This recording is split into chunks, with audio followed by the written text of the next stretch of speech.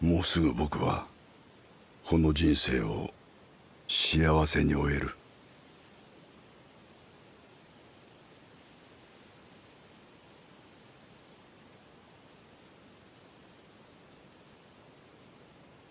まだ生きていたか。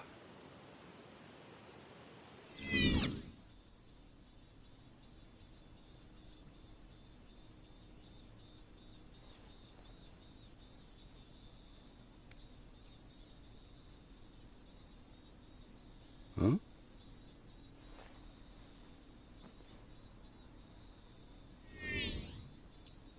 スケジュールノート。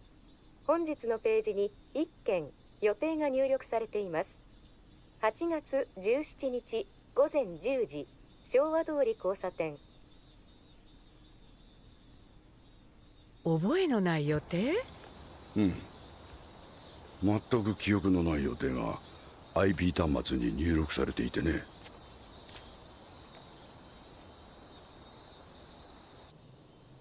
そう、不思議ね。あと2時間半ぐらいね。どっかの平行世界のおじいちゃんが来て入力していったんじゃない？ああ、案外そうかもしれんな。それか自分が入力したのを忘れちゃうくらいおじいちゃんがボケちゃったか。はい。そっちの方が可能性は高いな。それで行くの？そうだな。一応約束みたいだしね。行かない方がいいよおじいちゃん。え？どうして？やっぱりボケちゃったんだって気づくだけだから。はい、もういい加減にしなさい。それから冷やしたチョコは3時のお楽しみです。お昼までは自分の部屋で勉強でしょ。だから勉強のお供に麦茶です。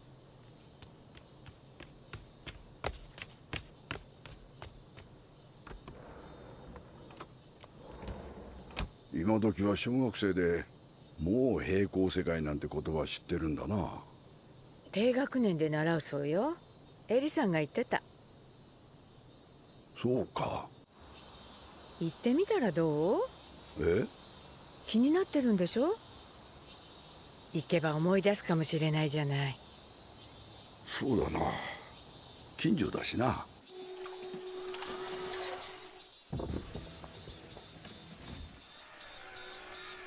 ちょっと行ってくる。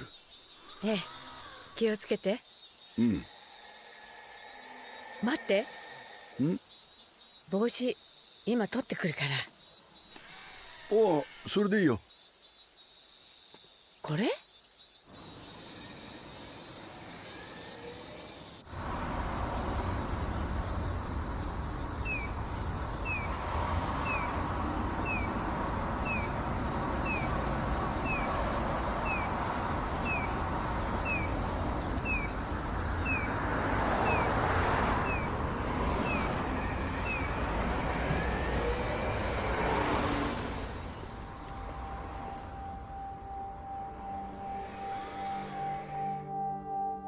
ねえ、そんなところでどうしたの？危ないよ。迎えに来てくれたの？うん。迎えに来た。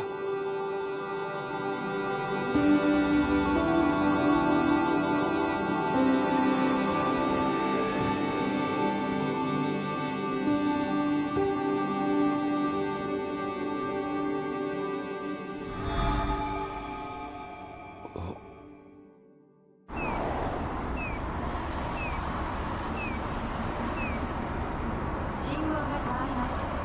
横断歩道内に立ち止まらないでください。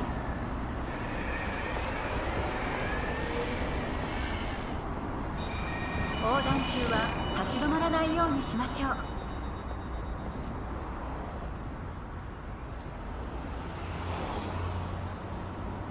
パラレルシフトしたのか。 IEPP を表示。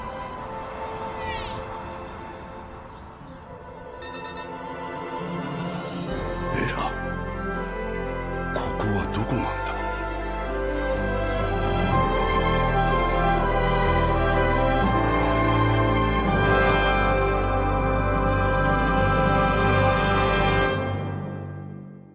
人は生まれた瞬間から無数の選択をしてきている。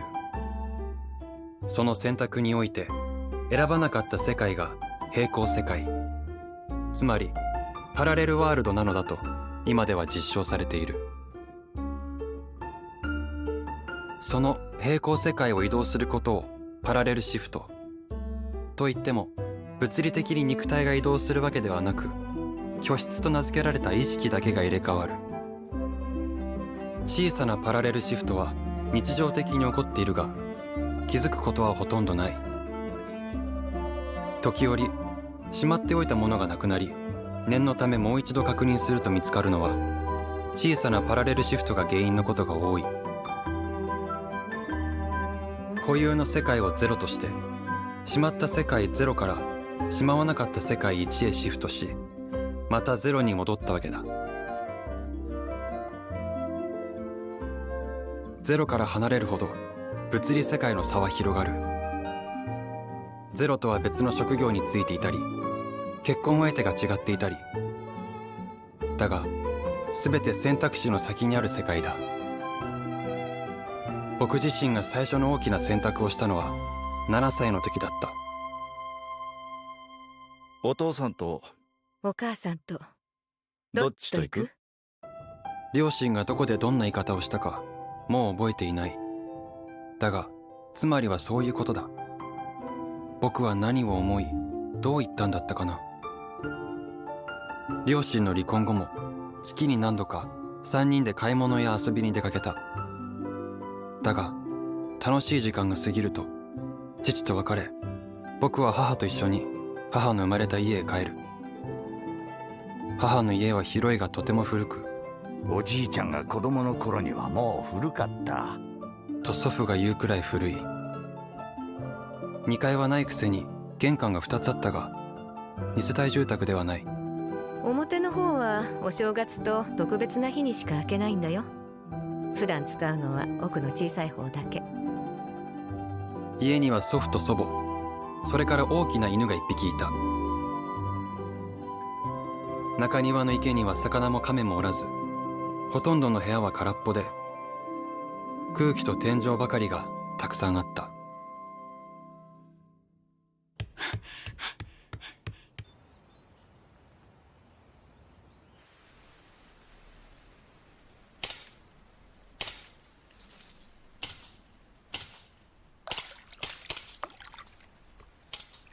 暦、どうしたんだそれ。この間お父さんと会った時に買ってもらった8歳の誕生日プレゼント。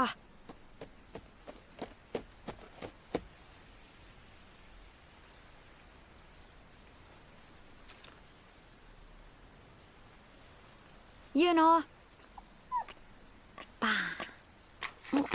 あ、お前にはまだ早い。対象年齢10歳以上と書いてあるぞ。でも他の子も持ってるし。他の子の悪いところを真似しなくてもいい。おじいちゃん。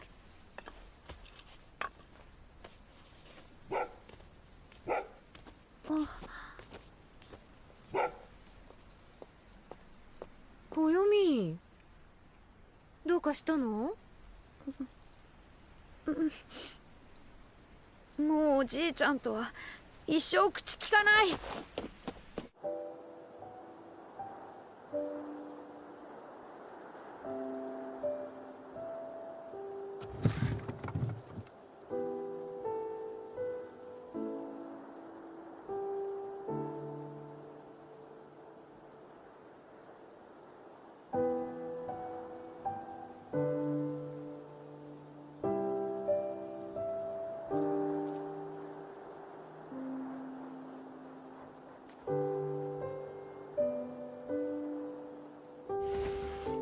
お母さん。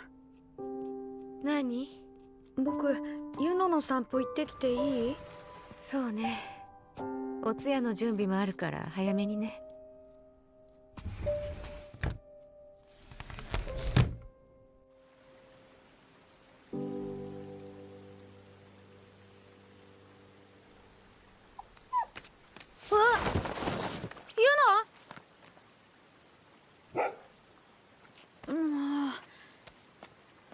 メだよ急に。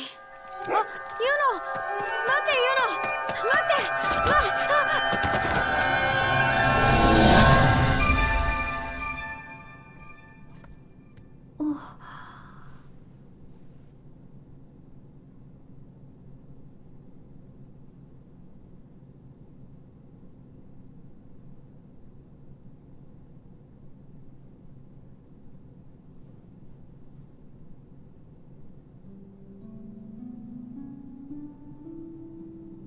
ねえ、これ開けられる？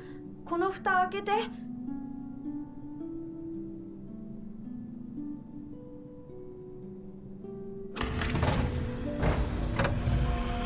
ありがとう。ねえ、ちょっと待って。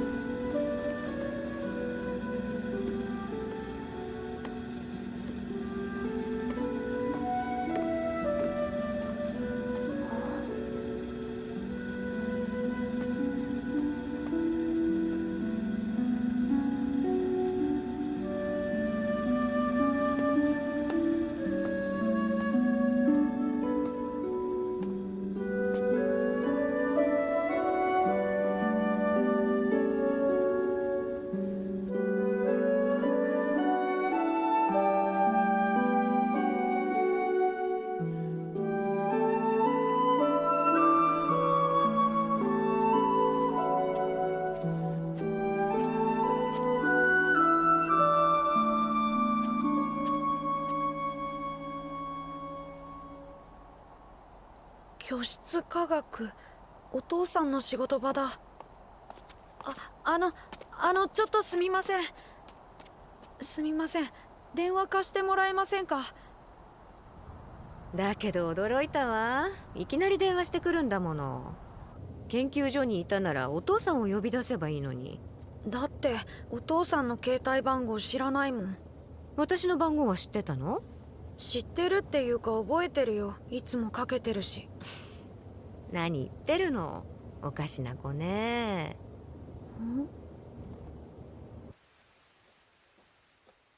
小読み、何やってるの？別に何でもない。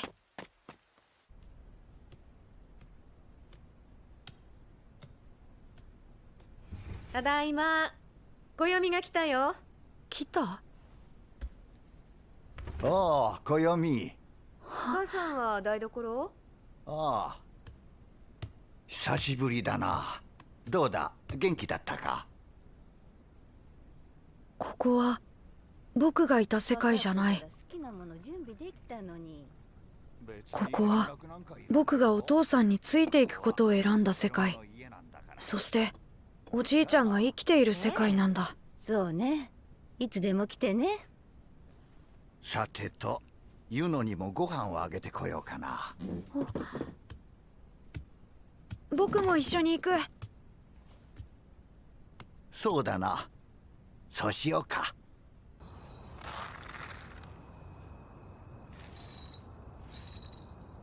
ユノ、今日は小読みが来てくれたぞ。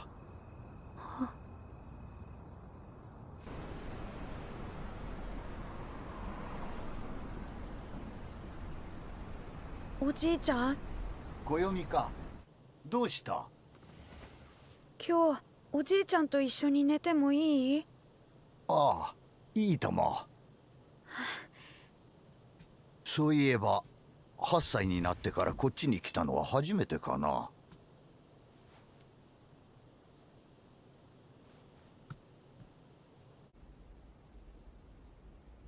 ユノは死んだんだね。ああ。どうにかして生きてることに戻せない？かわいそうだけど、死んでしまった者が生き返る可能性はないんだよ。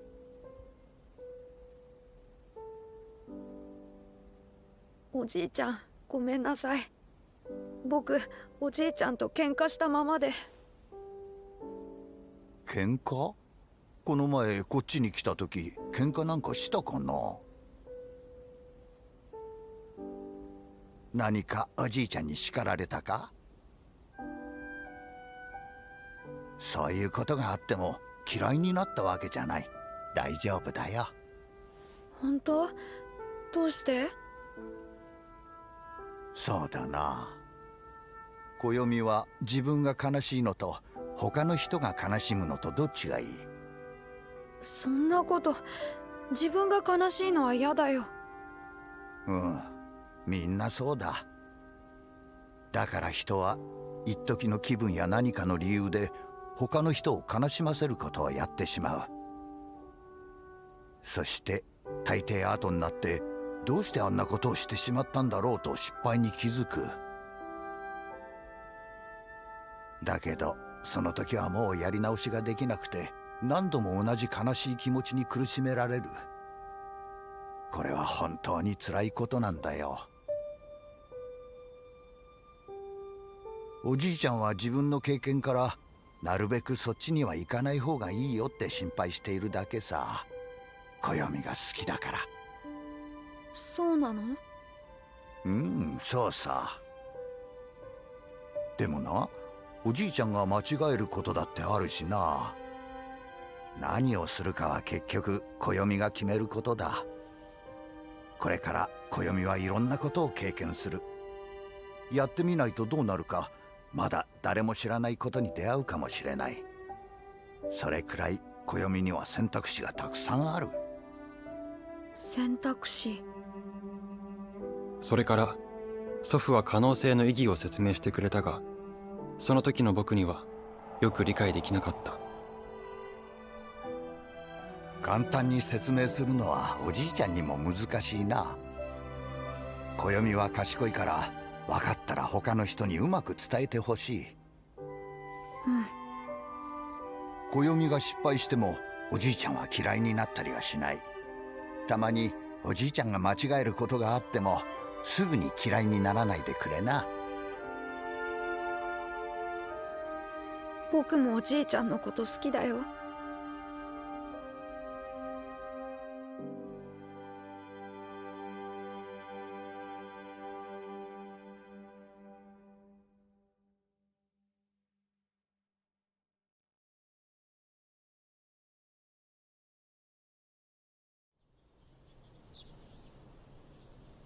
おはよ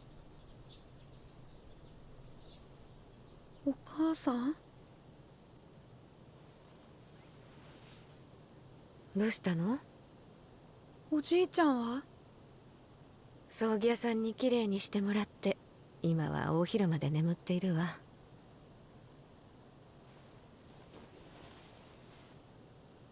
どうかしたの？お母さん、昨日は僕。恥ずかしがることないよ。こういう時だもの。誰かと一緒に寝たくなっても不思議じゃないわ。うん。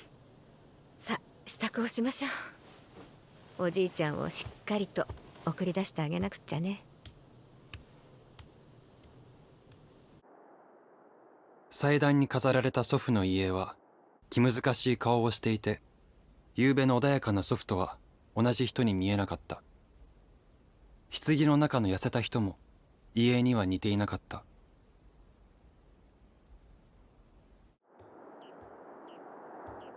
水変えてきたよ。ありがとう。その辺に置いて。それじゃああの高い戸棚の上の方開けてみて。気をつけてね。はーい。母さん、これ。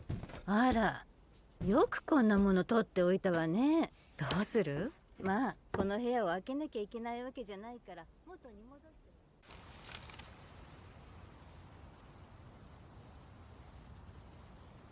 その時ようやく3人の祖父が重なり、僕の中で一人の人になった。これが僕が平行世界を意識した最初の出来事だった。僕の世界のユノは2年後に寿命で息を引き取り、あの世界で見たのと同じ場所で眠っている。平行世界の存在を実証したと最初に発表したのは日本の居室科学研究所、つまり僕の父が勤める研究機関だ。父たちの研究成果は世界中から注目を集めた。そんな優秀な父のおかげか、僕は大して勉強もしないのに成績だけは異常に良かった。だが異常な成績の良さというのは思春期においてはすなわち孤独を意味する。少なくともあの頃の僕はそう考えていた。暦、友達あんまりいないんじゃない？そう母は言っていたが、それは間違っている。中学には一人として友達はいなかった。僕は誓った。高校では友達を作ろうと。だから入学試験の首席合格者が指名される新入生総代の挨拶も丁重に辞退申し上げた。これで変に注目されることもない。僕は心置きなく友達を作ろうと思った。が現実はそう甘くなかった。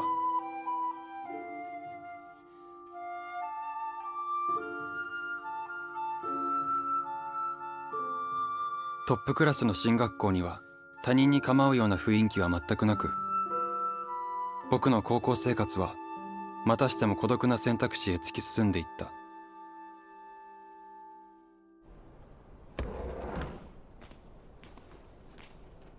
暦、なんで無視するのよ、暦。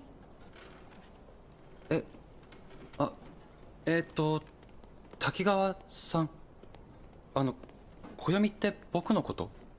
他に誰がいるのよ。私はもう怒ってないから。は？まだ謝りたいなら帰り道に聞いてあげるから。ちょっと待って、滝川さん。さっきから何？その呼び方。そういうやり方嫌い。どうかしたの、滝川さん？なんかおかしいよ。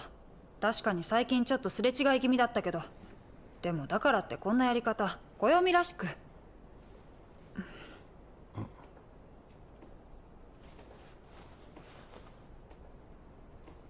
ごめんなさい。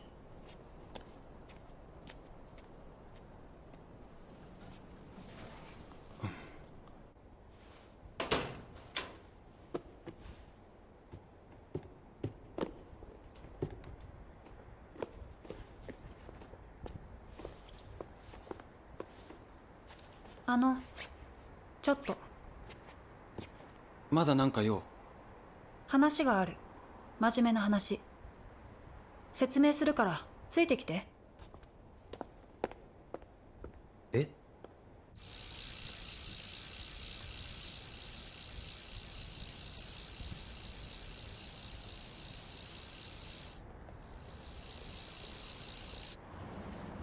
カラオケ？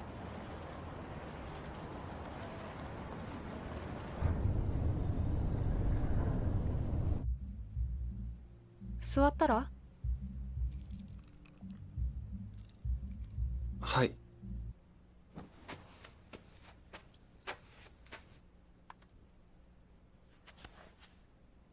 これなんだかわかる？腕時計じゃないね。 IP 端末知ってる？一応今自分がどこの平行世界にいるのか表示してくれる装置だよね。確かまだ試験段階で居室科学の研究者とかその関係者がモニターになってるって。うちの父がその研究者なの。僕の父さんもその研究所の。知ってる。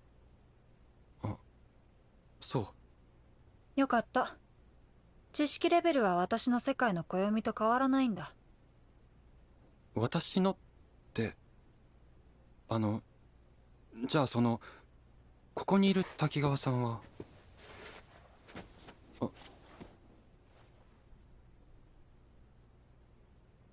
こっちから見ると85離れた世界から来たってこと。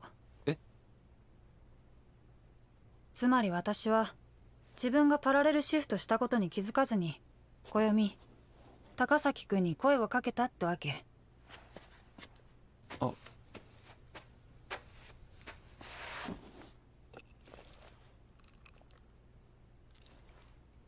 飲んだら喉乾くでしょ。うん。でもどうして僕なんかに？恋人だから。なるほど。で、その人と僕がどういう関係？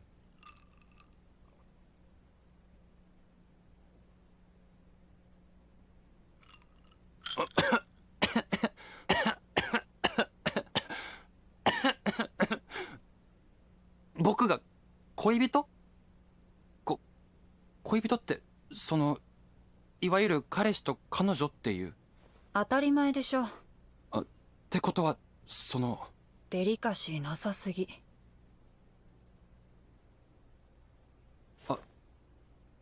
すみません。なんか調子狂う。私の暦と全然違う。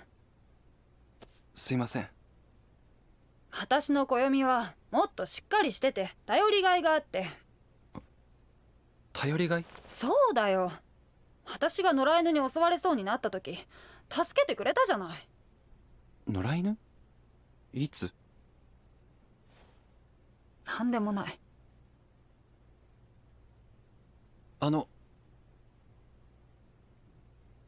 君は一応高崎暦なんだよね。まあ一応じゃなくても高崎暦だけど、でもそっちの暦と違ってても仕方ないよ。85って相当遠いはずだから、同じ暦でもほぼ別人なんじゃない？そうかな。いや、だって僕はこっちの滝川さんのことは全然知らないし、あっちだって僕のことを。あっちってどっちの誰のこと？こっちの滝川さんのこと。鬱陶しい。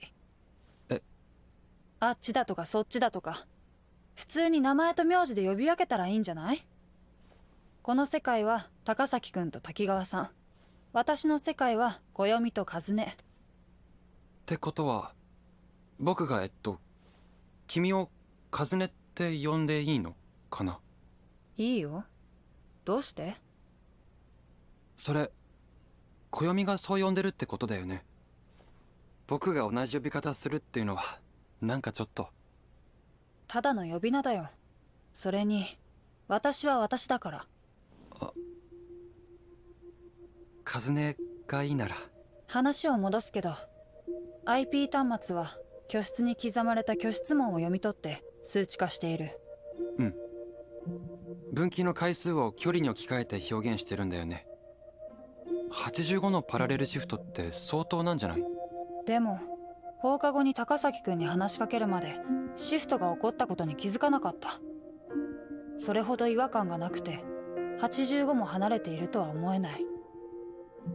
それで考えたんだけど、一旦は遠く離れた世界から派生した多数の世界の中の同じ方向へ分岐を繰り返す流れができて、偶然よく似た状況の世界が生まれたんじゃないかな。通り道は違うけど同じ場所にたどり着いた揺らぎみたいなことかな。居室が物質と似た挙動をすると仮定しての話だけどね。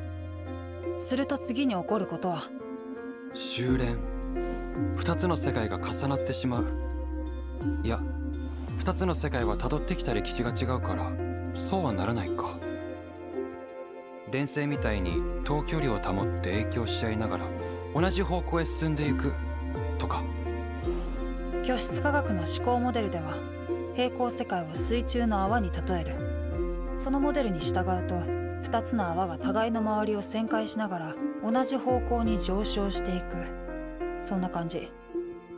でも今はまだ高崎くんと暦は全然違う。妄想が過ぎるかもだけど、滝川さんと和音に85ものシフトが起きたのは何か意味があるんじゃないかな。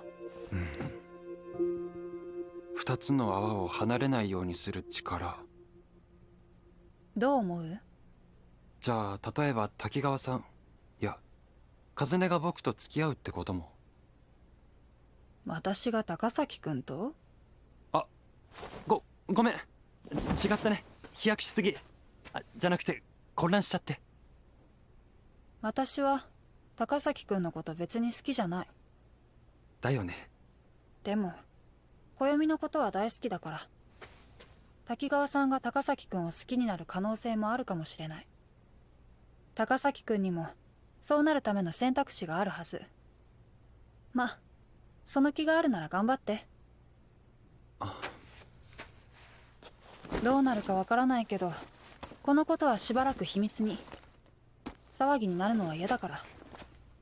ここも別々に出よう。うん、そうだね。僕が払う。カズネはお客さんだから。面白い見方だね。ありがとう。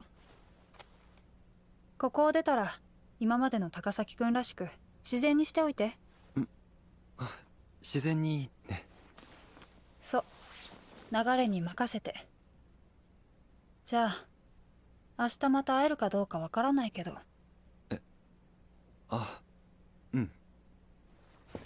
さようなら。さようなら。そう言って僕と僕の知らない滝川さん、85の世界から来たカズネは別れた。85の平行世界。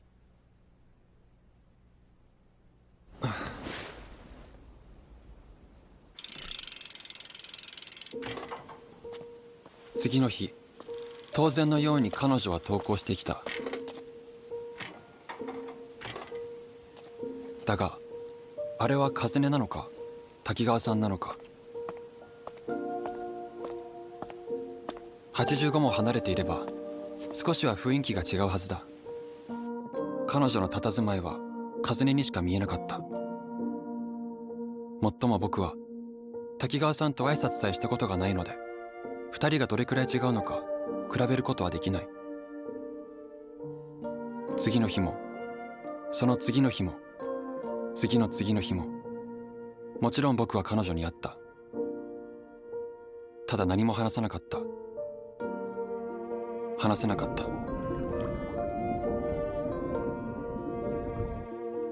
彼女の世界にはその世界の僕がいるという。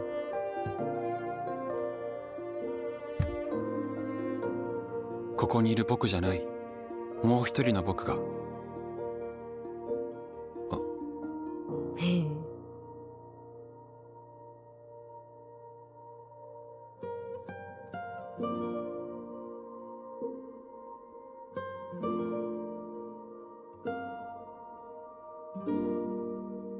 その世界では僕と彼女は恋人同士として出会ってるらしい。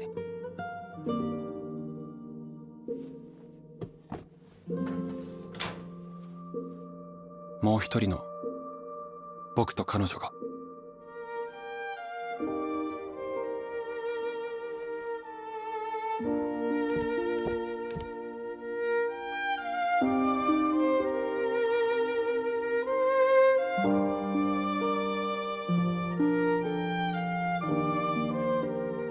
あのさ、自分が帰りたい、行きたい平行世界へ行くっていうのは可能かな？理論的には可能だな。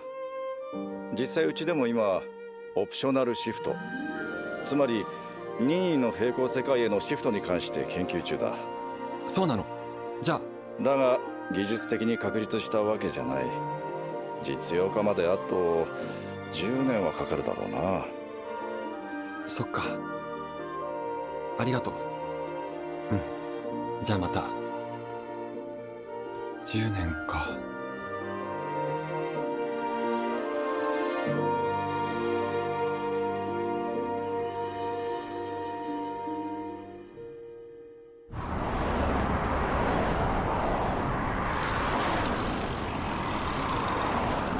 おはよう、カズネ。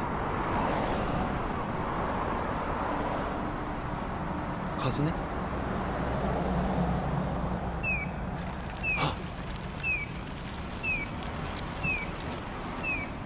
あれは滝川さんだ。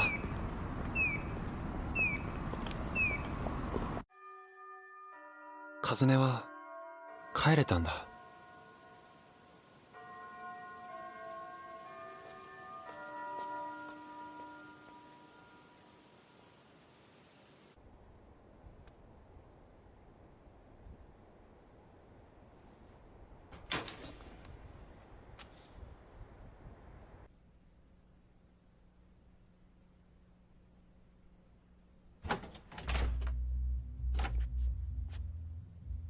いや、呼び出したりしてごめんね。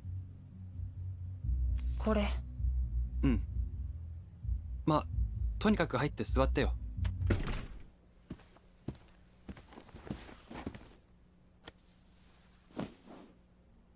何か飲む？いいえ。あ、なんか歌う？あは？あ、いや。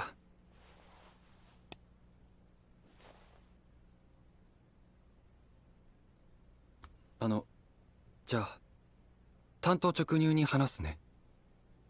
メモにも書いたけど、ここんとこしばらく85の平行世界に行ってたよね。はい。それで、どうだったのかな。どうとは？いや、あっちの世界の僕とは。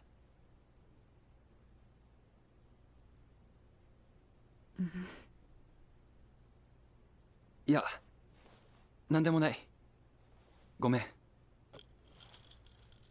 こっちではどうだったんですか？ああ、うん。ここで話したんだ、カズネと。カズネ？あ、ごめん。不愉快ならやめるよ。いえ、構いません。メニューいいですか？ああ、うん。どうぞ。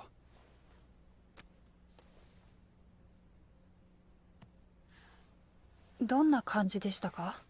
え、カズネは。カズネは恋してたかな、暦に。恋？うん。あ、もちろん僕にじゃないよ。暦っていうのは向こうの85の世界の高崎暦のことで。そうですか。うん、そう。だからってわけじゃないんだけどさ、滝川さん、僕と友達になってくれないかな。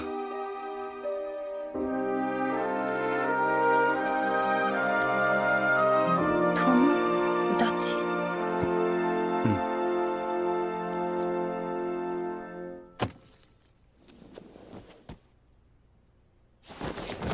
あ、滝川さん。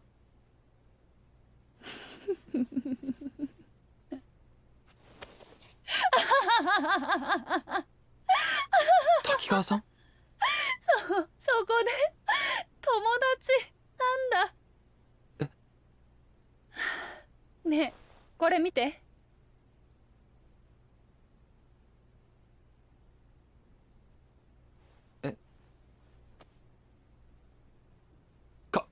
カズネ？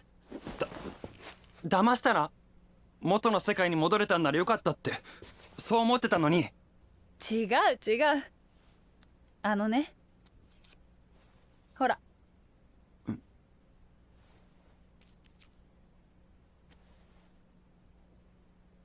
シール？よくできてるでしょ？つまり最初っから私は平行世界になんて行ってなかったってこと。私はずっとこの世界の滝川和音だった。85番目の和音なんて存在しない。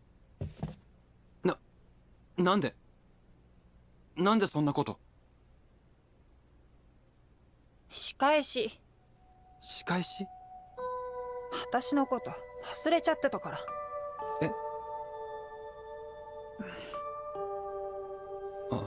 だから赤崎くん首席合格なのに新入生総代断ったでしょ。ああ、うん。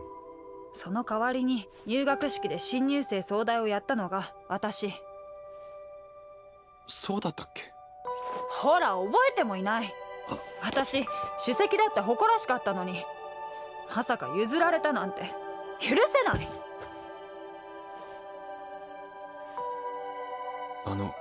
まさかとは思うけど、もしかしてそれで仕返しを？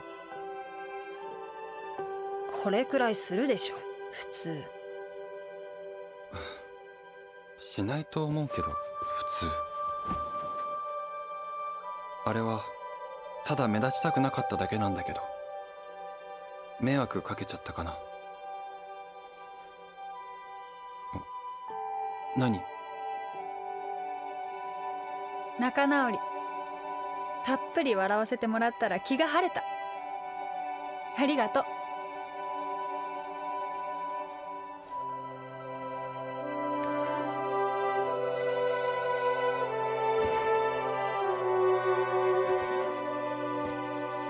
カズネ、何？僕と付き合ってくれ。いや。言ったでしょ。私が好きな暦はもっと頼りがいがある人なの。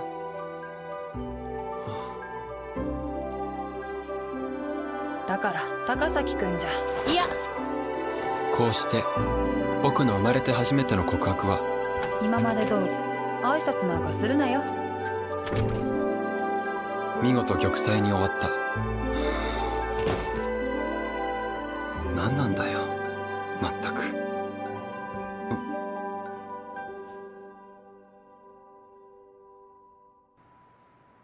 ところが挨拶もするなと言ったくせに、先に話しかけてきたのはカズネの方だった。何？これだけど。95点か。惜しかったね。そこじゃない。この問題正解したの高崎くんだけだって。そうなんだ。教えなさいよ。なぜ君だけ引っ掛け問題に引っかからない？引っ掛けっていうか、まだ授業でやってないところだよね。そうなの？そう。ただ今までのところを発展させて考えると、前のいたずらではまだ足りないのか、何かというと僕と競うようになったが、そのやり方が強引というか素直というか。そっか、なるほどね。ありがとう。なんかかっこいい。え？高崎くん、古文のテスト100点取れなかったんでしょ？アドバイスいる？古文とかは別に僕は。やっぱり手を抜いたな。真面目にやりなさいよ。なんでそうなるかわからないが、カズネと僕は昼休みや放課後にちょっとした勉強会みたいなことをやるようになった。当初は不審に感じたけど、なんだかんだ言っても彼女と話せるのは嬉しいことで、僕も身を入れてやるようになった。勉強会は僕にとって大きな喜びになったけれど、その様子が学年トップの2人が切磋琢磨しているように見えたのか、次第にクラスメートたちが集まるようになってきて、2人だけの空間はあっさりと壊れ、ったく成績上げたいなら予備校へ行けよ。正直に言ってそう思った。ところが勉強会をきっかけにクラスメート同士の会話が増え、クラス全体の平均点が上がったこともあり、教室内の雰囲気が和やかになるという現象が起きた。僕にも友達と呼べる相手ができた。だが親しくなってからも、高崎には人の心がないからな、などと時折言われ、カズネには暦はデリカシーがなさすぎるとたびたび言われた。つまり僕は人の心がなく、従って相手のことを思いやった行動ができないと。しかも君はそのことに全く気づいていない。そんなはずはない。僕は高校在学中、友人たちの協力というか興味本位の手助けのもと、カズネに告白を。カズネ、何？分かってるとは思うけど、本当に好きなんだ。僕と。いや。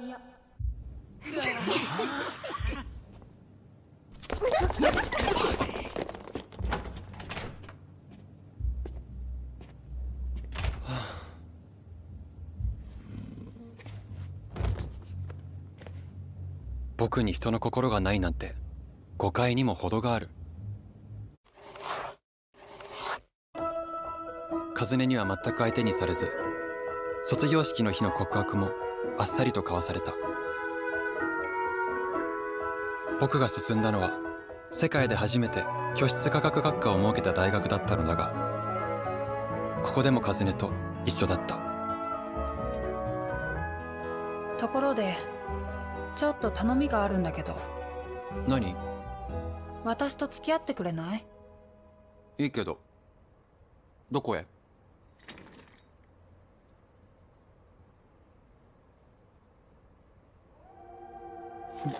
心を持ち寄って重ねた指の中にこうして僕らは付き合い始めた。和音は基本的に寡黙でクールな秀才スタイルを保っていたが、二人だけになると冗談を言ったり甘えてきたりする。だがしばしば僕には分からない理由で怒り出し、結果僕と和音はくっついたり離れたりを繰り返した。痛みを伴って並べた幸せならおはよう。忘れることが怖く眠そう。て仕方ないよな、眠い。静かな心じゃいられない、醜くとも変わりゆくものを今日だって見送った。髪。大学卒業後、僕たちは2人揃って父が副所長を務める居室科学研究所に入った。どうしたの？初めてじゃないでしょ？見学や面接で何度か来てるじゃない。そう言われればそうだった。この頃 IP 端末は実用化寸前のところまで来ていたが、時折誤作動を起こしていた。僕たちが最初に配属されたチームは IP 端末の信頼度を上げるのが目標だった。言葉を失った季節の美しさもやがては心の最果てで乾くのだろう。うるさい心に任せて夜の先へ、面倒な痛みはここに捨てていけ、いずれ去る刹那の感情へ連々と残るあなたも明日の光を求めるのはあまりにひどく切なくなるの、君の心に届くように今見た景色は手放さないよ、それが僕らの証明だ。夏の雨も冬の熱も秋の棘も春の色もあなたのもの、あなただけのいけそうだね。そうね、いいんじゃない？っていうか完璧。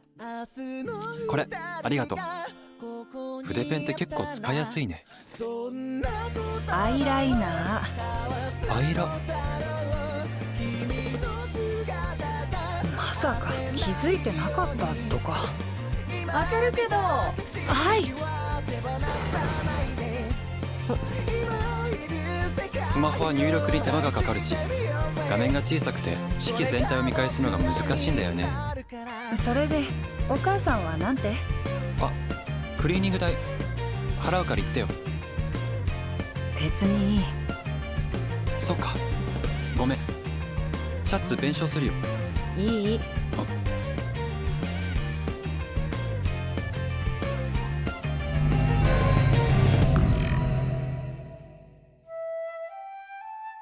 和音と僕のアイデアは IP 端末の性能を飛躍的に向上させた。それによってごく近い平行世界には人々は日常的に無自覚にシフトしていることが分かった。一般のモニターにも端末が配布され、より多くのデータの収集が始まった。僕と結婚してください。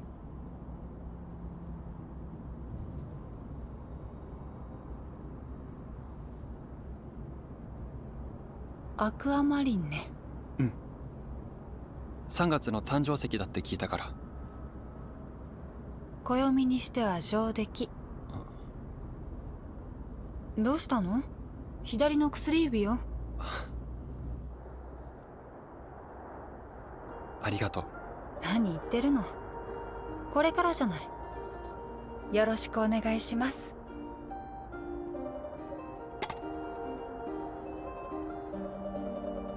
外でビールはもうちょっと寒いね。そう。ただやっぱりビールはグラスで飲みたい。それに実はここちょっと変わった夜景が見えるはずなんだけど、時間を間違えたらしいんだ。それくらいの方が高崎くんらしい。どういう意味？その夜景楽しみにしとくね。どうかした？バッグが。反対側。え？あ、おかしいな。確か右側に置いた気が。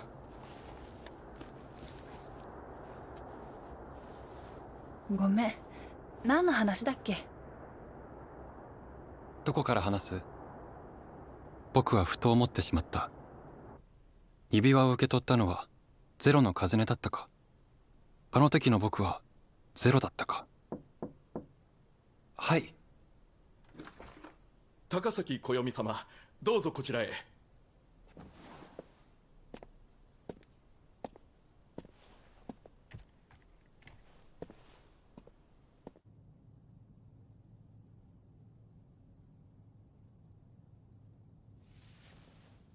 IP 端末。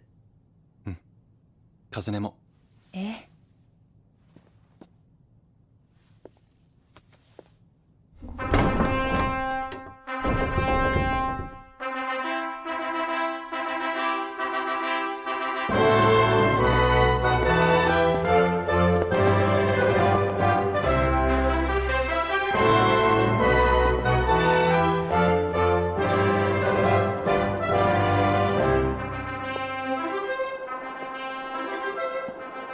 僕は一体誰と結婚するんだろう。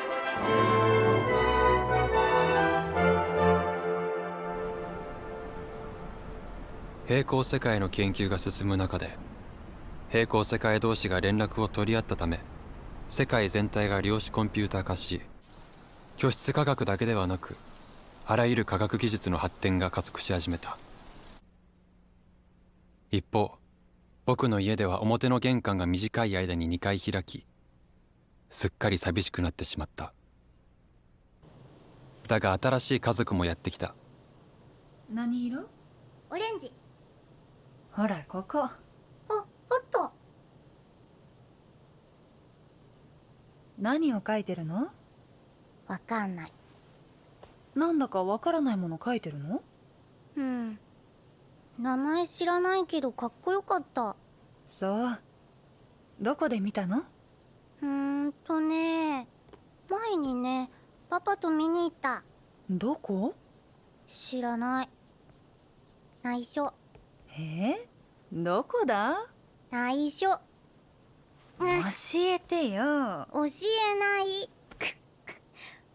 ママ、邪魔だよ。ほら、教えろ。楽しそうだけど、そろそろ出かけようよ。りょうがね、どこの絵か教えてくれないのよ。パパはわかるよ。パパの好きなとこ。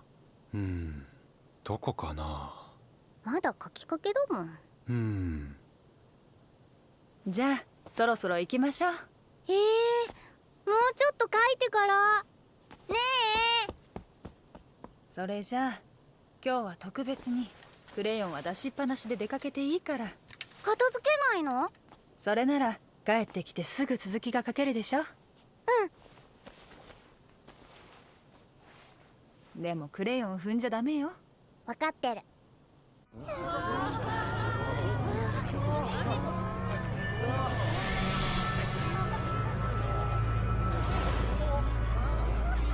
場内は展示の都合上照明の暗いゾーンもございます。幻想動物園はプレアユディステーションに動く大型彫刻作品です。それぞれの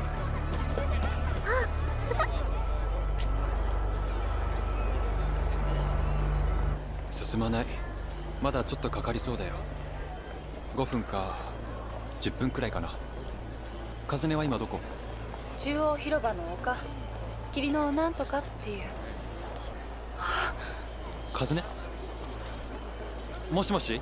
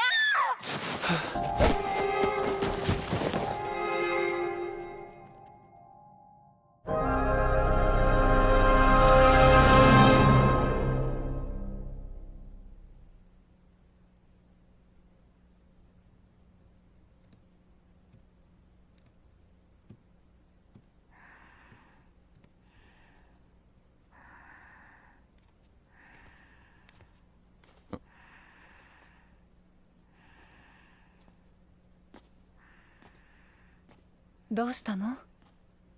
うん。いや、悪い夢を見てね。あんなことがあった後だもんね。ああ。でも大丈夫。心配することはもう何にもない。そうだよな。犯人だってあの場で取り押さえられたんだし。何より亮が無事でよかった。暦が犯人に体当たりしてくれたおかげ。ちょっとかっこよかっただろ。少しはカズネが言ってた僕に近づけたかななんて。え？ほら、昔言ってたじゃないか。私の暦はもっと頼りがいがある人だって。あ、よかった。あなたと亮に何もなくて。カズネ。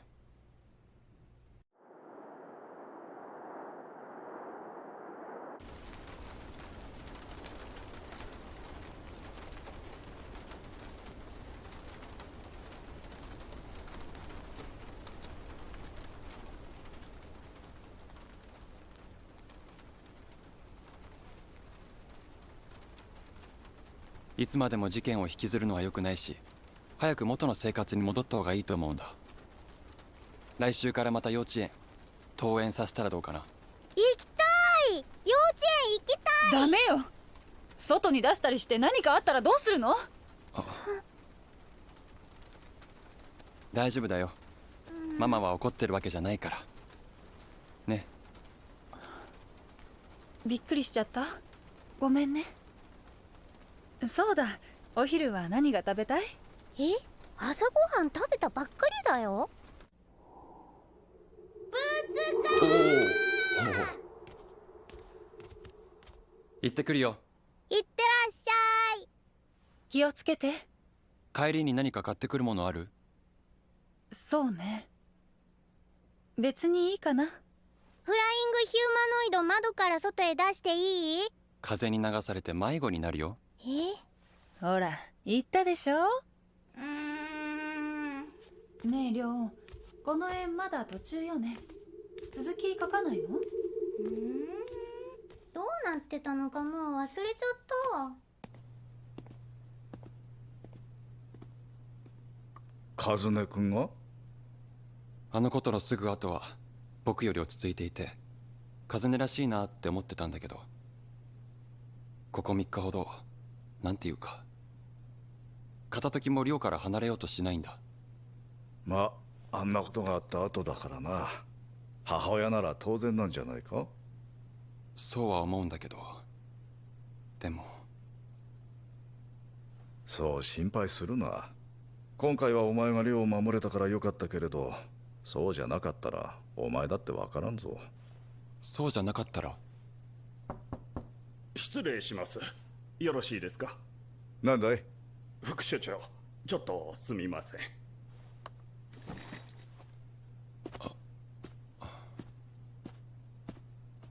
居室科学長から緊急の連絡が入ったんですが。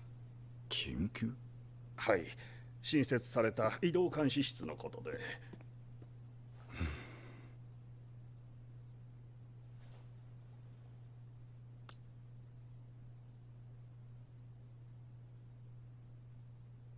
SIP の相対値は22プラス10か。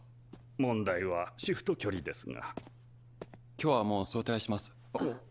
待ちなさい、小弓。和音君に対する無許可のオプショナルシフトが確認されたそうだ。オプショナルシフト。磁気発生装置を使い人為的にパラレルシフトを起こし、特定の平行世界の自分と入れ替わるシフト。居室科学研究所でも10年以上前からオプショナルシフトの実験を行ってきたが、あの頃すでに実験を行う際は監督官庁に届け出を義務付けられていた。オプショナルシフトはさまざまな問題をはらんでいる。その一つが犯罪に利用される可能性だ。言うまでもないが、君の家族の安全が最優先だ。しかし成り行きによっては学会や社会に与える影響は大きい。対処は慎重に。僕たちが懸念していたのはもう少し複雑な別の問題だった。ただいま。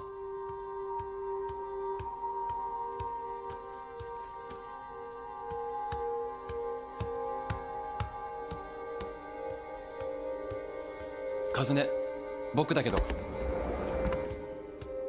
亮、開けるよ。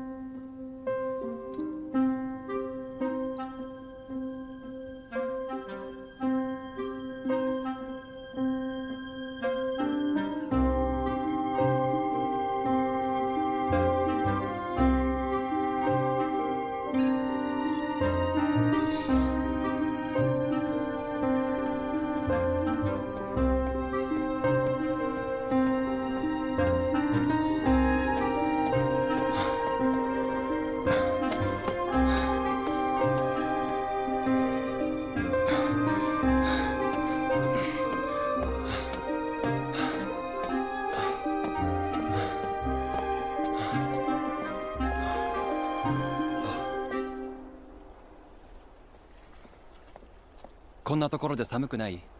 パパ、途中で買ってきたんだ。僕ミルクココア。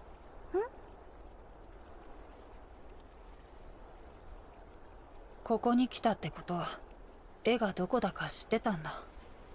いや、分かったのは今朝だよ。あの時は本当に。そうか。あの時はまだ僕たちは同じ世界にいたんだね。あ、ここは開ける？後でいい。そう。じゃあここ置いとくよ。うん。ママには忘れ物。外したってオプショナルシフトは監視されてるよ。理屈じゃない。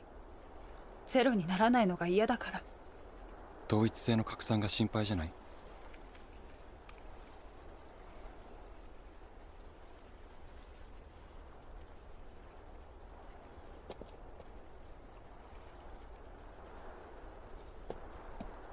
同一性の拡散。遠くの世界にシフトしている間にその世界で分岐が起こってしまった場合、元の世界からさらに離れてしまう。また入れ替わった方の意識から見れば帰還先が2つ存在することになり、行動するたびに複雑な分岐を引き起こしてしまう。これからすぐに研究所へ行って。嫌よ。この子とは二度と離れない。君はこの世界の和音じゃない。ようやく会えたのよ。違う。君の亮じゃない。君の君の世界の量はママはどこ？ねえ、ママはどこに行っちゃったの？そうね。あなたはもう私の寮じゃないのね。私の寮は死んでしまったあの子だけ。足が動かなかったのよ。怖くて私あの子を助けられなかったの。ごめんね、寮。守ってあげられなくてごめんね。りょう、クレヨンを拾って。うん、でも踏まないように気をつけてね。うん。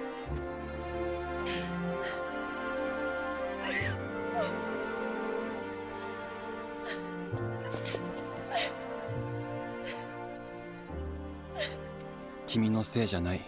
私のせいよ。私があの子を殺してしまったの。暦だってそう思ってるに決まってる。思ってないよ、そんなこと。あなたには分からないわ。幸せな方へ進めたあなたになんか絶対に。そうかもしれない。でも分かるんだ。どこまで行っても僕は僕だから。僕は今カズネが戻ってくれることを心から待っている。だからきっと君の世界の僕も君が戻ってくるのを待っているよ。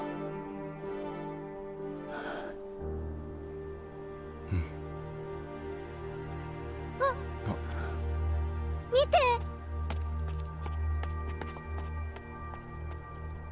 ついた。見た？電気ついたよ。綺麗ね。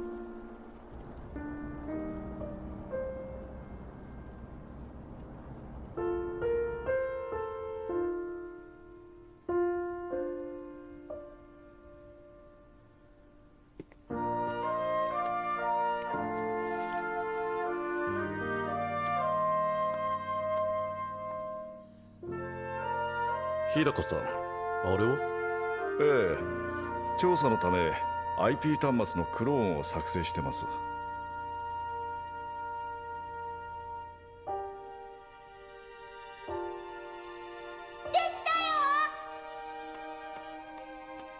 こら、入ってきちゃダメだよ。いいんだ、構わないから。これあげる。これが見たかった。ありがとう。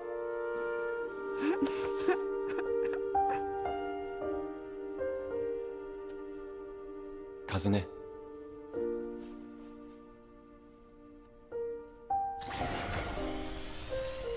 それじゃあ元気で。デリカシーなさすぎ。ごめん。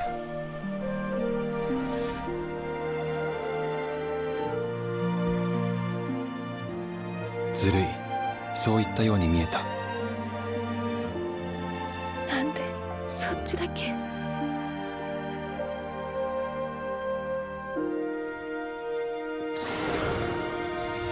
オプショナルシフトのプロトコル開始。バイタル異常なし。次回展開しました。オプショナルシフト開始。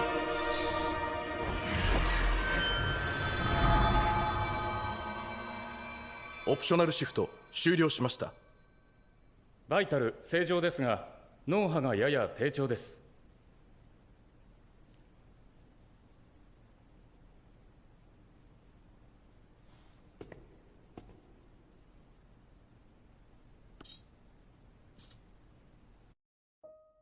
当時の IP カプセルは外からしか操作できない設計だった。13のカズネの協力者は13の僕に間違いないだろう。この件で彼ら2人は学会を追われるかもしれない。寮と研究の両方を失い、新しい生き方を見つけなければならない。同一性の拡散が起こってしまい、この人も数値上はゼロではない。分岐が起こったこちら側にシフトする際、2人に分かれ数値上はゼロではなくなった。だがこの人よりゼロに近い人はいないのだ。この人から見れば今の僕と亮はゼロではない。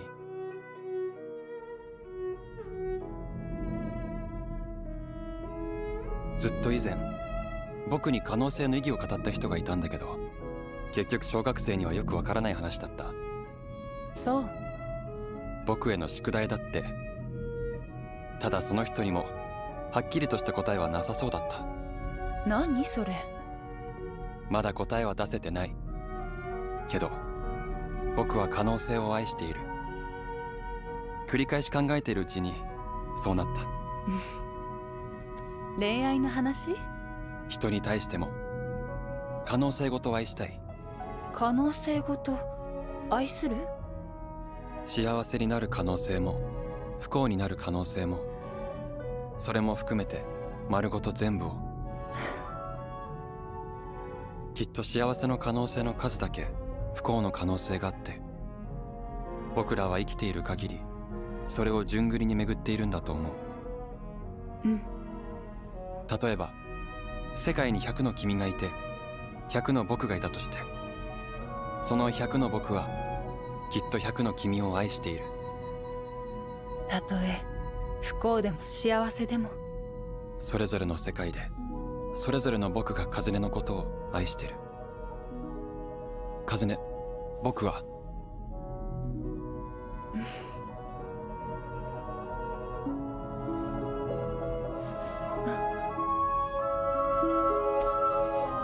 私も全てのあなたを愛してる。野良犬から助けてくれたあなたも、そうじゃないあなたも。何のこと？何でもない。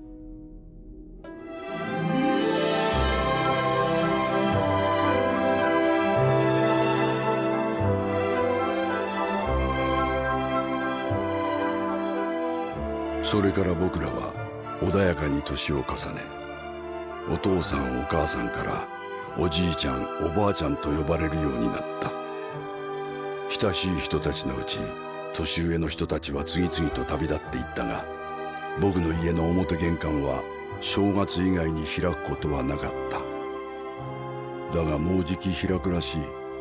そして出ていくのは僕なのだそうだ。そのことを医者から告げられたのは孫の愛が10歳になる直前だった。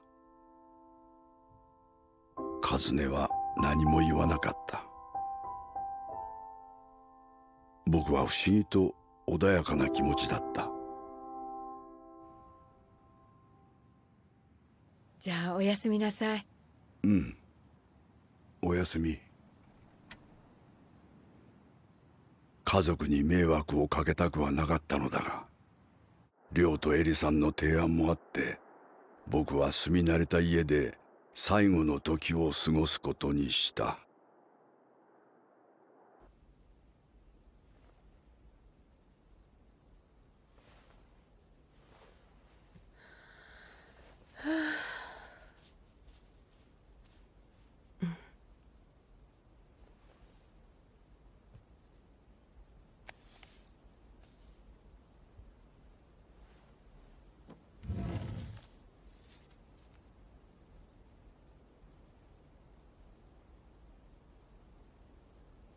高崎和音様、はじめまして。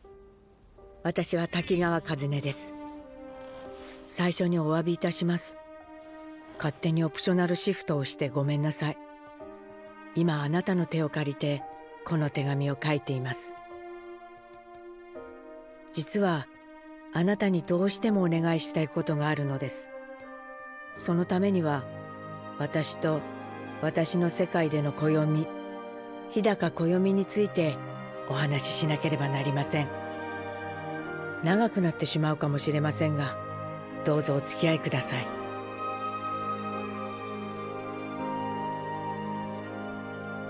私と日高暦は結婚していません。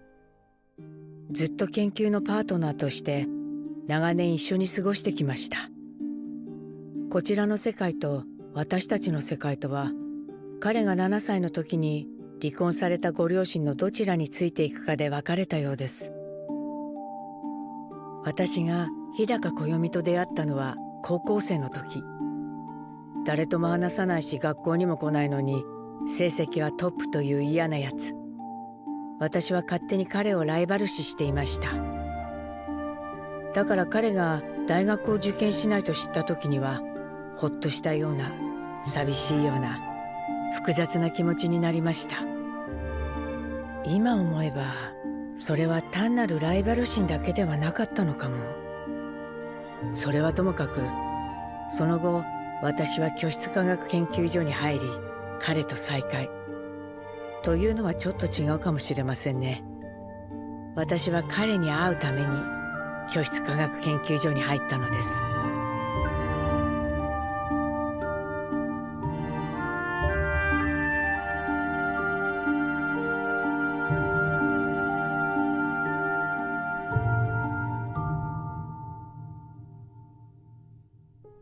やがて彼は私に秘密の研究を一緒にやらないかと持ちかけてきました。それは時間移動の研究。驚きました。なんて非常識で馬鹿げたことを考えているのかって。あなたにもわかるでしょう。最初は冗談かと思った。研究所一の変わり者の彼の精一杯のジョークなのかと。でもジョークなんて言える人じゃなかった。それは彼のできる限りの切実な姿だった。なぜならそれが交差点の幽霊を助ける唯一の方法だったから。交差点の幽霊は彼の幼い恋人でした。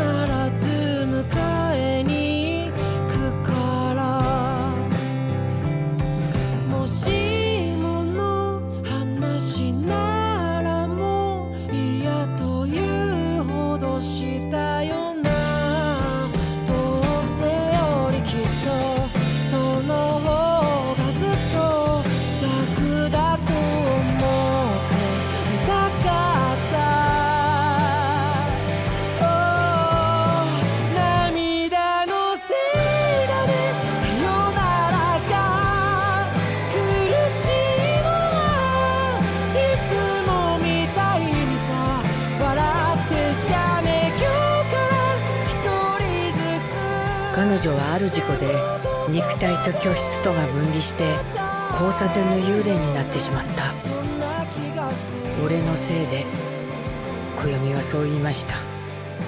そしてその思いだけで彼女をあの交差点から救い出す研究を続けてきたんです。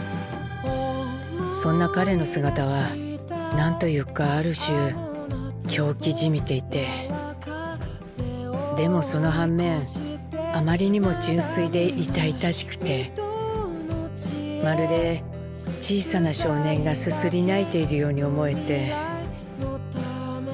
その彼がたどり着いた方法が時間移動でした。もちろん物質的な時間移動ではなく、居室世界における時間移動、すなわちタイムシフトです。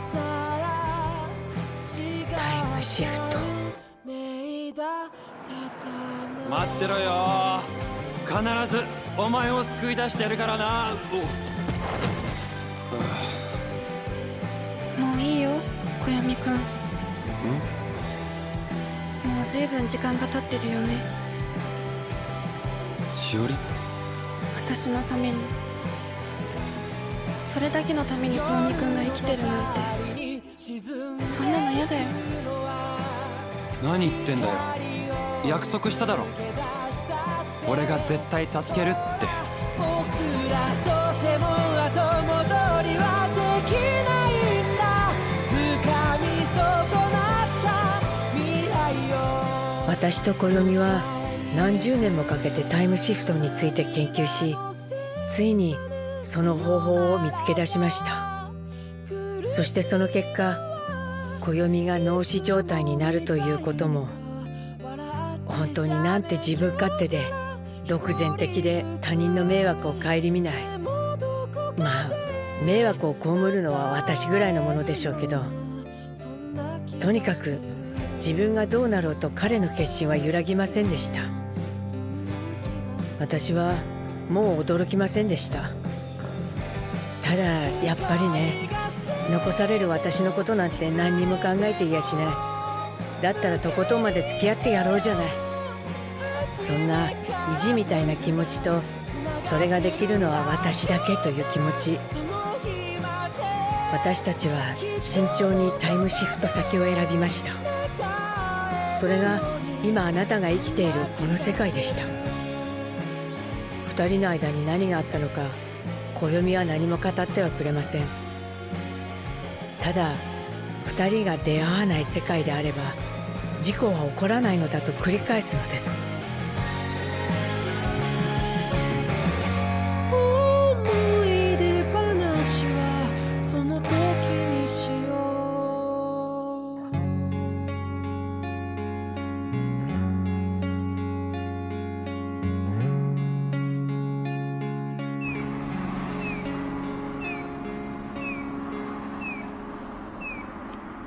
長い間待たせてしまったな。ん？何のこと？子供の頃お前と出会って、お前が事故に遭い、あれから60年だ。本当に長い時間だった。小闇くん？しおり、お別れだ。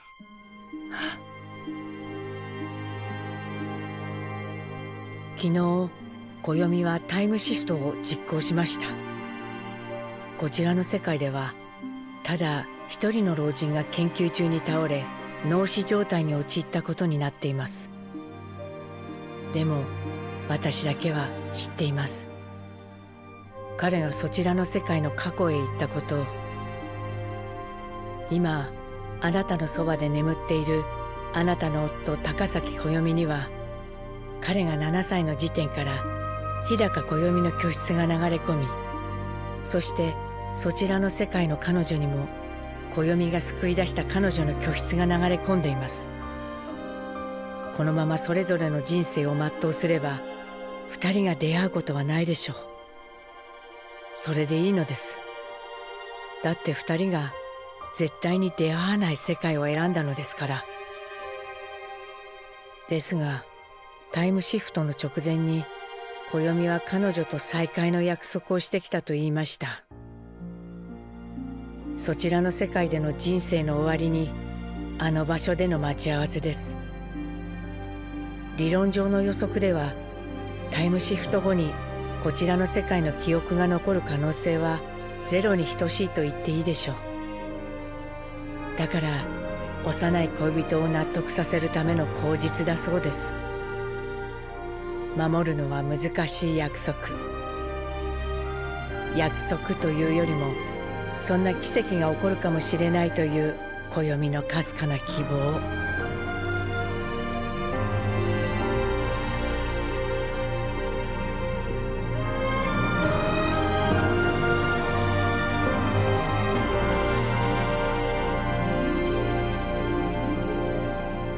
今私はその奇跡を起こしたいと思っています。確かに私は心のどこかで2人を会わせたくないと思っていた。でも今あなたの夫の IP 端末に昭和通り交差点での約束を入力しました。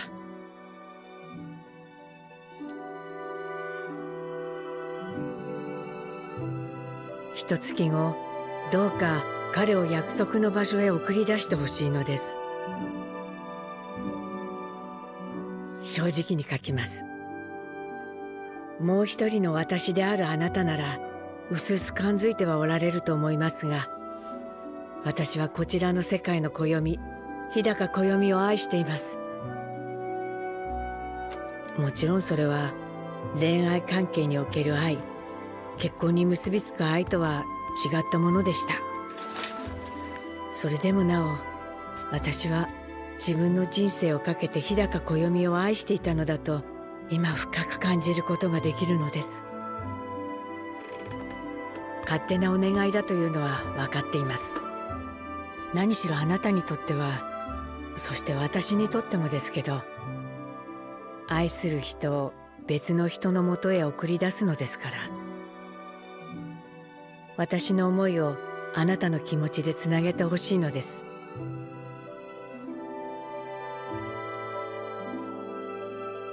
幸せと不幸せは繰り返す。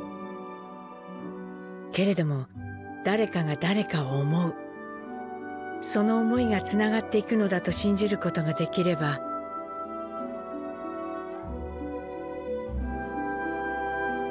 私たちがある世界に生まれ、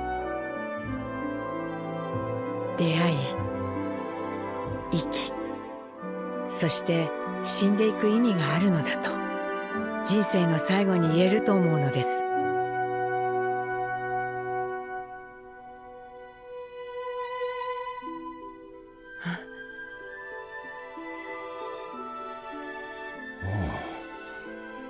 おはよう。追伸、実は前に一度だけシフトしたことがあるんです。その時に見たアクアマリンの指輪、勝手に真似させてもらいました。ごめんね。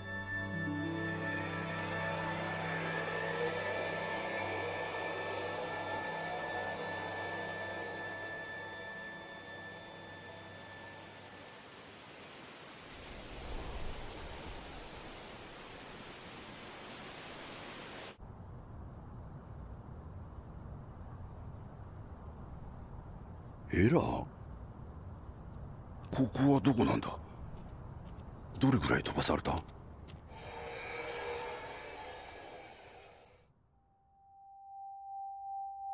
パラレルシフトが起こったとして、あの女の子が横断歩道にいる世界に今の僕はいないのだからどうしようもない。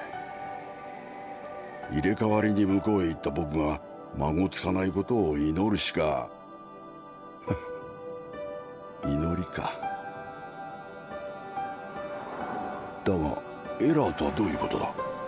計測不能だとすると、可能性としては、もし居室自体に変化が起きたとして。待てよ、なんかそんなアイデアを聞いたことがある。何の論文だ？どこかの学会で聞いたか。誰と話した？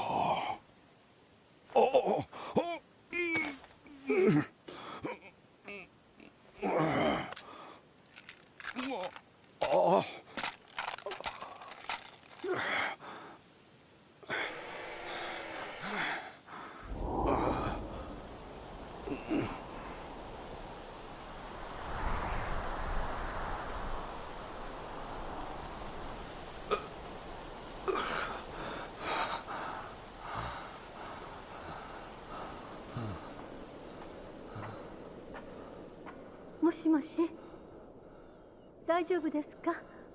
もしもし。薬を取って。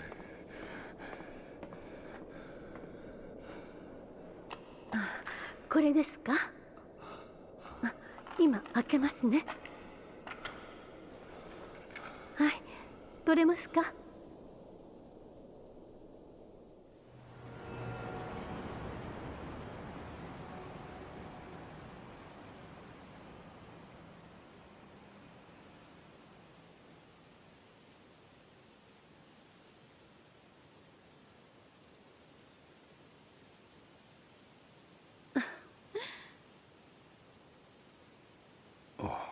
もう大丈夫。助かりましたよ。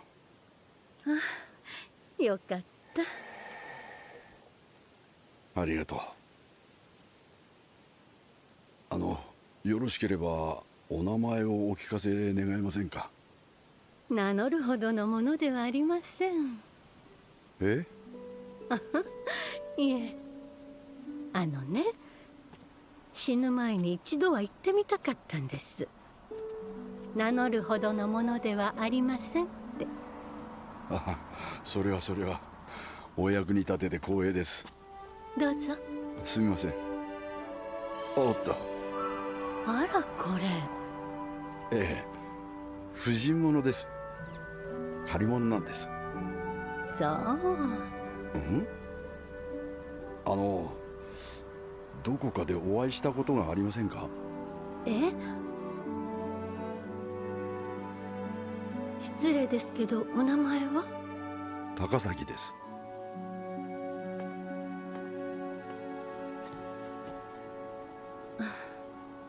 ごめんなさい。どうにも存じ上げないようで。そうですか。もしかしたらどこかの平行世界で会ったことがあるのかもしれませんね。あら、そうね。その可能性はありますね。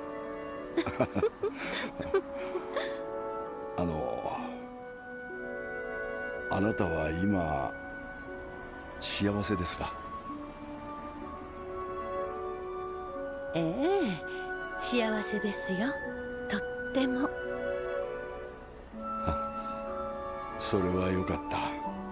では、お気をつけて。さようなら。さようなら。ありがとう。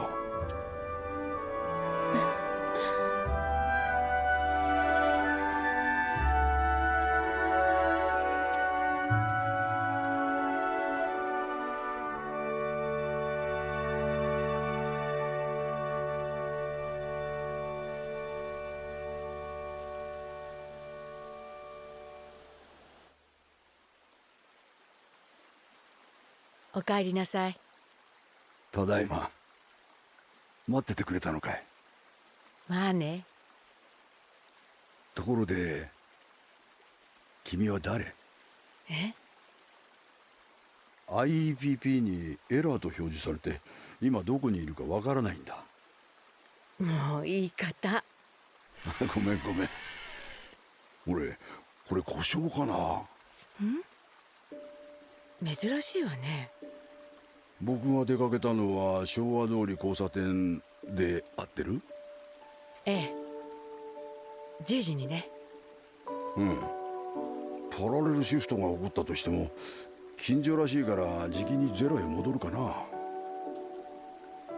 それで例の約束はどうだった？ああ、誰も来なかったよ。そう。スケジュールのことも故障かもな。ただある人との素敵な出会いがあった。ある人って？昔の知り合い？いや、知らない人なんだけど、その人は今幸せだと言ったんだ。僕はそれがとても嬉しかった。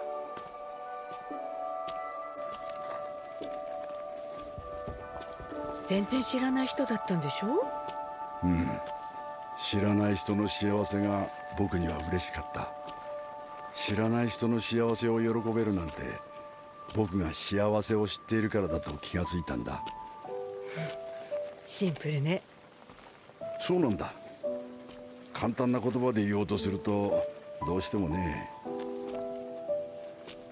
カズネ、君がいてくれたから僕は今幸せです。それゼロの人に言ってあげて。もちろん言うよ。でも全ての君に伝えたいんだ。同時にカズネじゃない誰かを愛した一人一人の僕へ、君がカズネ以外の誰かを愛してくれたから僕はカズネを愛することができた。ありがとう。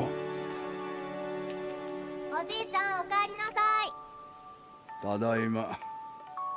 勉強せずにおじいちゃんが出かけるのを見ていたんだな。だって気になったんだもん。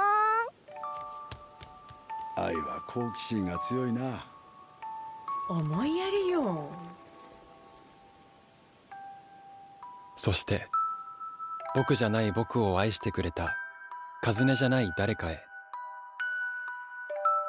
どうか君と君の愛する人が世界のどこかで幸せでありますように。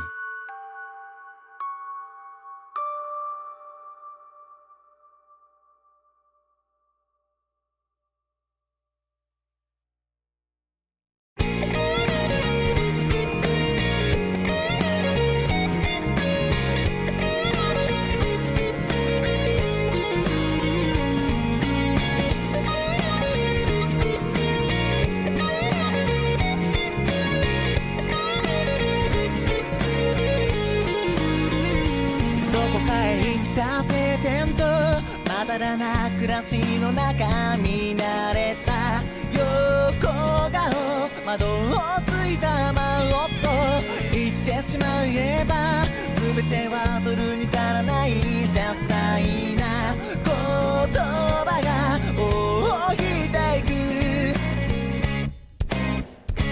抱えた痛みの数なんて覚えてはないけれど、確かに安っぽい日々を送ろうね。くだらない話をしようね。干からびた朝を重ねては幸せだと笑おうね。きっと先のことはわからない。今はただしなだれたあなたが枯れることのないように歌うのだ。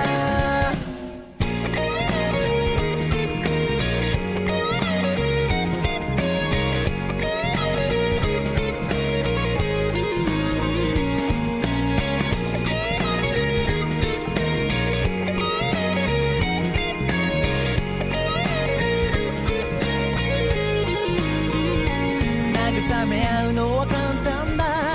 故にここにあるのはくすんだ空模様、夢に勝った蜃気楼。あなたの気を引こうとして一人によがっていた。幼く醜い恋心だ。迷い込む闇の行く末に安らかな心が灯った。差し伸べた手のひらをどうか離さないように少年。雨の這う紫陽花を見ては共に揺れるあなたのことの葉が焦ることのないように空は仰ぐのだ。